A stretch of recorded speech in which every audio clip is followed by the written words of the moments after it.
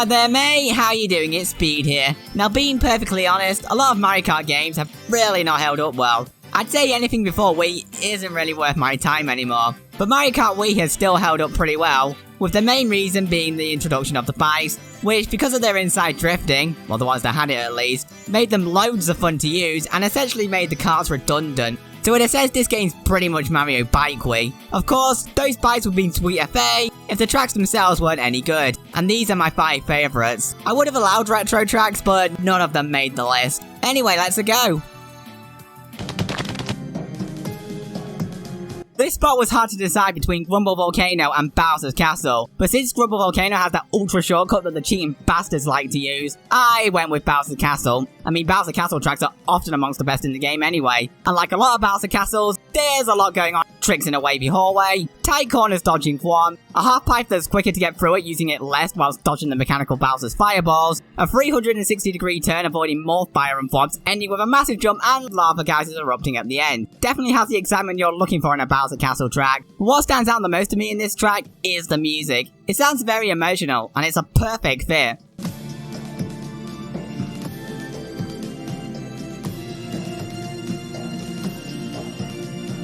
Mario Kart 8 Deluxe's Bowser's Castle takes the podium, but I'd easily give this the silver.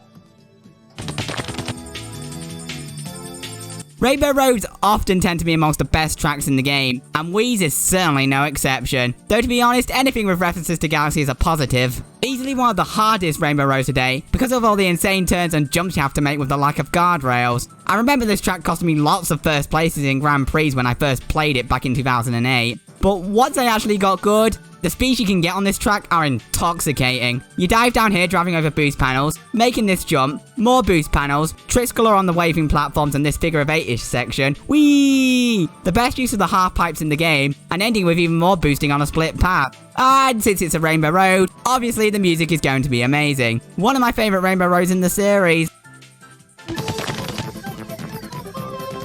Not every day that a track from the Mushroom Cup beats out every track in the Special Cup, but this track had a really unique gimmick at the time, with Mario's Fantasy bouncing you all over the place. I like how the track introduces you to the gimmick with one bouncy red mushroom, and building on from there with the not so bouncy green mushroom, since why the heck would you use that path over there? All the way to this cave section where it's bouncing galore and pretty satisfying to chain tricks together. The only problem here is that it's very easy to lose control and fall off, especially if you're hit by an item. We've seen the bouncing mushroom gimmicks used in various tracks since now, but since they're used here throughout the whole race, it still remains the track that's used them the best.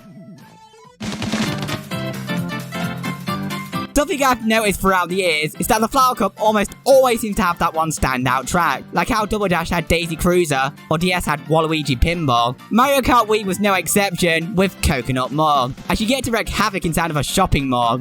You Americans have some really weird names for some things. Anyway, you get to drive up and down escalators, creating a lot of different routes, wreak havoc in the shops and through a food court, and even jumping out of the shopping centre because that's smart to do, only to deal with drivers who probably got pissed the night before. Like seriously, there's probably more bad driving here than in American malls. But honestly, it's all a lot of fun to deal with. This might even just squeeze into my top 10 favourite Mario Kart tracks in general.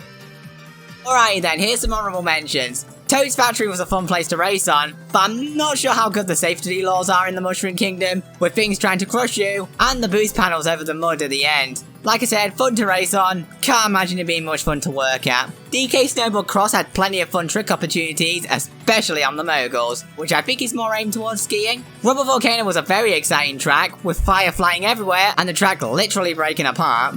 Dry Ruin, I like how the sand rises and the pillars come down, changing each lap. And finally DK Mountain, probably the best retro track in the game, even if it is just for that insane shortcut towards the end.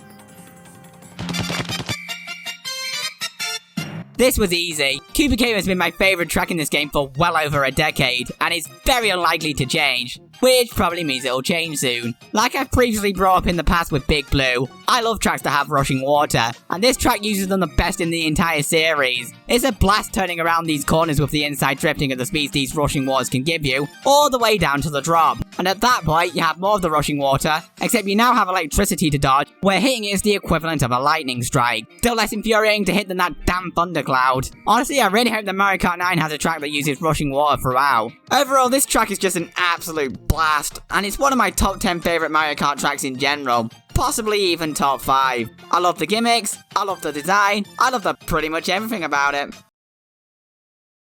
Out of the 3 Mario Kart games that I still think are worth a damn, 7 is probably my least played of the 3, because of this game's boneheaded decision to ditch versus mode, killing a lot of the replayability. My hours in this game would have been through the roof if that was there. Shame too, because the track selection in this game is amazing, with some of my favourites in the series in 7. With the addition of gliding and underwater, plenty of new track designs opened up, and we're going to be seeing some of those in a bit. Let's go! Hey, remember when I said in the Wii portion that the Flower Cup always seems to have that one standout track? Yeah, well, we'll see that later. But there's another track from the Flower Cup on here. Also in a similar case to the Wii portion. I had trouble deciding the number 5 spot, but I did eventually settle on Alpine Pass, as I feel it's one of the best views in the gliding mechanics. Like 1/3 of this track is just you gliding in the air. And you can pull off some pretty cool shortcuts with this. The rest of the track involves loads of fun turds inside of a cave, and this section boosting up a mountain whilst avoiding a boulder smacking you in the face. All the while you get that really banging song.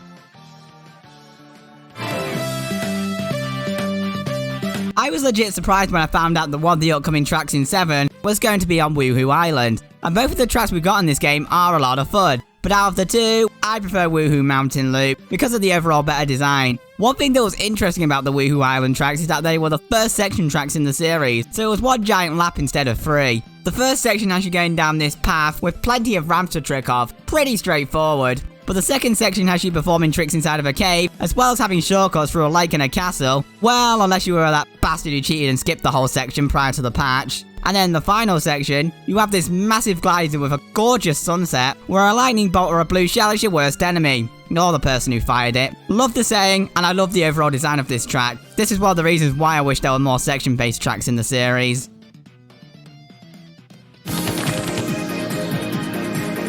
Only 2 seconds in, and I knew first time round, this song was going to be a banger. It's one of my favourite songs in the whole series, and it's a joy to listen to as you make some of the most fun turns in one of the most original tracks in the series. It's actually the only Bowser track in the series that doesn't take place in his castle, instead taking place in some futuristic city with it absolutely chucking it down. I can see why they brought this back in Mario Kart 8, but they made the track all slippery and the music wasn't quite as good, which was a bit of a shame. But the original is still an absolute blast. It's interesting how us Brits and you Americans call the same things differently. Like what we call crisps, you guys call chips, or what we call primary school, you guys call shooting grounds. But whether you want to call it Music Park or Melody Motorway, it's a banger and a half, this track. The whole track is built around musical instruments, quite literally, as you get to drive over pianos and xylophones to actually play music as you drive over them, and bounce off drums and music notes in what's easily my favourite section of the whole track. It really takes the music gimmick to the limit. Everything even moves in time with the music, which is a nice detail. This track was so good that barely anything got added to the Mario Kart 8 Deluxe port, and it was still one of my favourite retro tracks in the game. Alright then, here's the honourable mentions. Daisy Hills, I love the music here. Piranha Plant Pipeway, anything with rushing water is a plus in my opinion. Wario Galleon, I really like the idea behind this track and it's just a fun course. DK Jungle, this track's honestly more fun than the game it's based on. And finally, Rosalina's Ice World. It's a beautiful looking course, and like Wario Galleon, it's just fun to drive on.